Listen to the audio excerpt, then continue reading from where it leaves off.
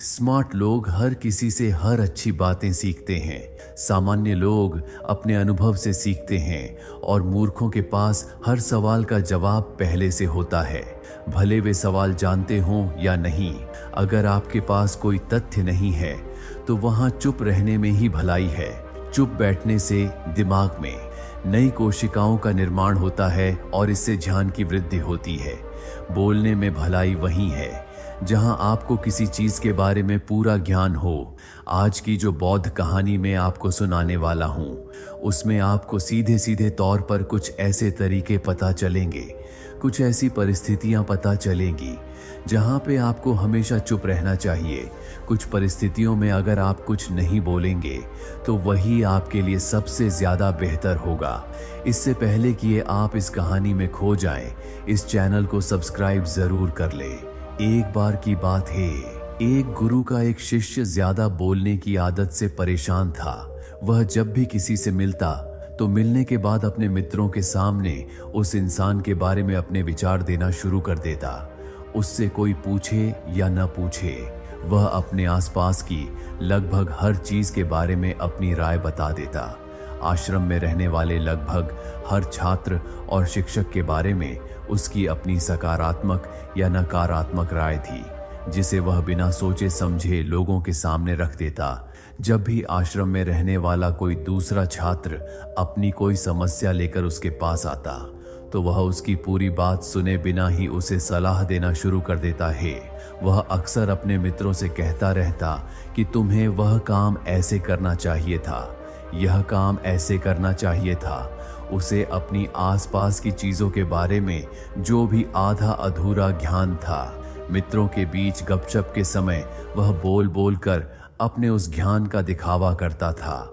उसकी इन हरकतों की वजह से आश्रम का कोई भी छात्र या शिक्षक उसे गंभीरता से नहीं लेता था।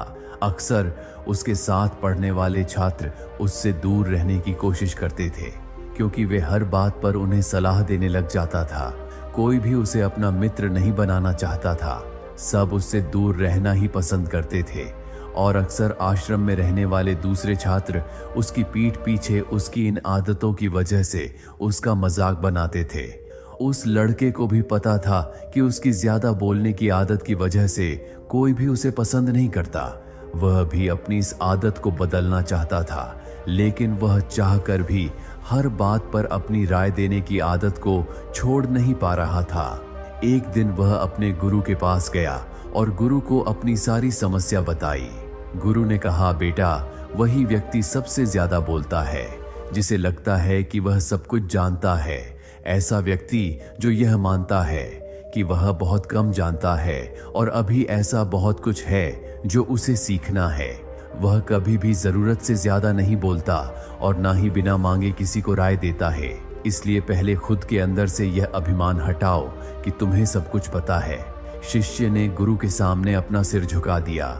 गुरु ने कहा, बेटा, मैं तुम्हारी ज्यादा बोलने की आदत को एक दिन में खत्म तो नहीं कर सकता। यह आदत तुम्हें खुद ही अपने अंदर धीरे धीरे कम करनी होगी। लेकिन मैं तुम्हें यह जरूर बता सकता हूं कि किन मौकों पर तुम्हें शांत रहना चाहिए, ताकि तुम खुद को दुखी होने और किसी बड़ी मुसीबत में फंसने से बचा सको। शिष्य ने गुरु की बातों से सहमति दिखाते हुए अपना सिर हाँ में हिला दिया। गुरु ने कहा, बेटे, इन 5 मौकों पर हर इंसान को अपना मुंह बंद रखना चाहिए। पहला, जब तुम्हें लगे कि कोई तुम्हारी भावनाओं को तुम्हारे शब्दों से नहीं समझ सकता, उस समय तुम्हें चुप रहना चाहिए। अक्सर हम लोगों को अपने दुख दर्द और अपनी परेशानियां बताना शुरू कर देते हैं, जबकि हमारे आसपास रहने वाले ज्यादातर लोगों को इससे कोई मतलब नहीं कि हमारे जीवन में क्या गुजर रहा है। हर व्यक्ति को केवल खुद से मतलब होता है। वह केवल खुद के बारे में बात करना चाहता है। वह केवल खुद की तारीफ सुनना चाहता है। उन्हें हमारे जीवन की परेशानियों से कोई मतलब नहीं और ना ही वो हमारी बातें सुनना चाहते।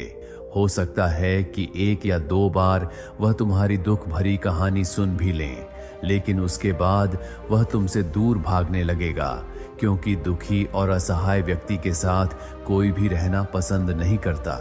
इसलिए कभी भी अपने कुछ करीबी मित्रों और परिवार वालों को छोड़कर किसी ऐसे इंसान को अपनी परेशानी न बताएं जो तुम्हारी बातों को समझने की बजाय उनका मजाक बनाए या तुम्हारी मजबूरी का फायदा उठाए।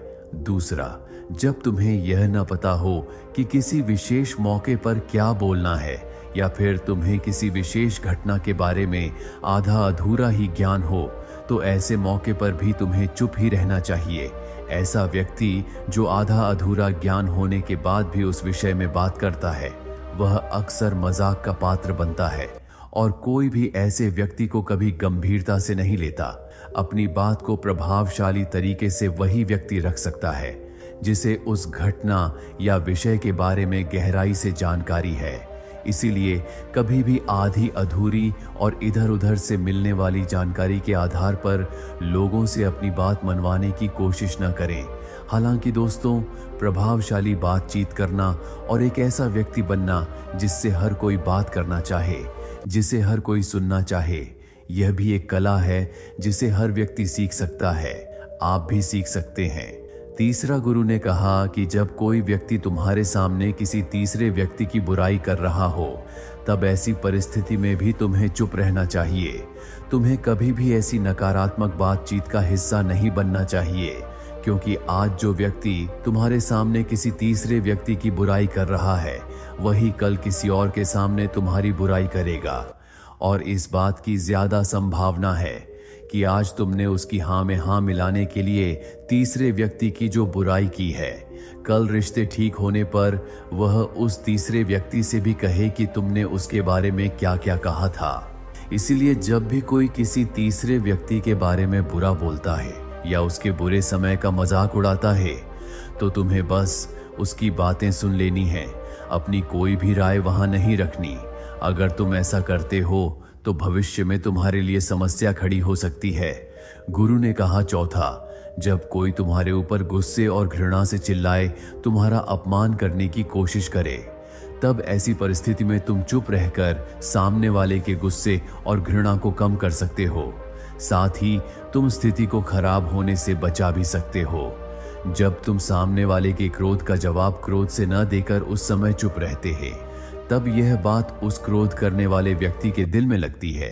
जब उसका गुस्सा शांत हो जाता है तो उसे अपनी गलती पर पछतावा होता है और इस बात की अधिक संभावना है कि वह अपनी गलती के लिए तुमसे माफी मांगेगा। और अगर वह माफी नहीं भी मांगता है तो वह अंदर ही अंदर खुद को दोषी समझने लगता है और फिर वह अगली बार तुम पर गुस्सा करने व घृणा करने से पहले कई बार सोचेगा। लेकिन तुम्हें हर परिस्थिति में चुप ही नहीं रहना। अगर कोई गलत कर रहा हो तो तुम्हें उसका जवाब भी देना है, क्योंकि कुछ लोग ऐसे भी होते हैं जिन्हें हमारा चुप रहना हमारी कमजोरी प्रतीत होता है। गुस्से के दौरान चुप रहने का यह तरीका केवल परिवार, सगे संबंधियों और कुछ करीबी मित्रों के लिए ही सही है, ना कि हर व्यक्ति के लिए। अगर तुम हर जगह चुप रहने लग गए तो इसका गलत फायदा भी उठाया जा सकता है। गुरु ने आगे कहा पांचवा, जब कोई व्यक्ति तुमसे उसके जीवन की कोई दुख भरी घटना या अपने जीवन की परेशानी साझा कर रहा हो, तो ऐसी परिस्थिति में तुम्हें चुप रहकर सिर्फ उसकी बातों को सुनना है।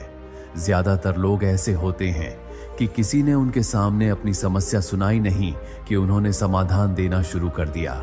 जबकि कोई व्यक्ति हमसे अपनी परेशानी साझा कर रहा होता है तो वह हमसे किसी सुझाव की उम्मीद नहीं करता। वह बस यह चाहता है कि हम उसकी पूरी बात ध्यान से सुन लें। जब हम किसी की परेशानी को ध्यान से पूरा सुन लेते हैं तो उस व्यक्ति को एक आत्मिक शांति मिलती है। उसे ऐसा लगता है कि चलो किसी ने तो मेरी बात को समझा। अधिकतर मौकों पर जब लोग हमसे अपनी परेशानी साझा करते हैं तो वह बस हमें अपनी बात बताना चाहते हैं। वह यह नहीं चाहते कि हम उन्हें सलाह देना शुरू कर दें, क्योंकि जो सलाह हम उन्हें देने वाले हैं वह सब उन्हें पहले से ही पता है। परेशानी के समय में किसी इंसान को सांत्वना देने का सबसे अच्छा तरीका है कि हम बस उस व्यक्ति की पूरी बात को ध्यान से सुन लें। जब हम लोगों की बातों को बिना उन्हें बीच में रोके और बिना किसी सलाह दिए पूरे ध्यान से सुनते हैं तो उनकी नजरों में हमारे लिए सम्मान और स्नेह की भावना पैदा होती है। हम ज्यादा गंभीर, समझदार और शांत दिमाग वाले इंसान प्रतीत होते हैं। इसलिए जब भी कोई तुम्हें अपनी परेशानी बताए तो बस उनकी बातों को ध्यान से सुन लेना और उसे तब तक किसी भी तरह की सलाह न दे जब तक वह आपसे इसके लिए न कहे। गुरु ने कहा, मेरी एक बात हमेशा याद रखना, जब तुम कम बोलते हो तो लोग तुम्हारी तरफ ज्यादा आकर्षित होते हैं कि तुम क्या हो और तुम क्या सोचते हो। शिष्य ने हाँ में सिर हिलाया। शिष्य गुरु की बातों को समझ चुका था कि उसे किन किन परिस्थितियों में शांत रहना है। उसने यह भी जान लिया था कि कम बोलकर वह आश्रम में अपनी प्रतिष्ठा वापस पा सकता है। उसने गुरु का धन्यवाद किया और वहां से चला गया।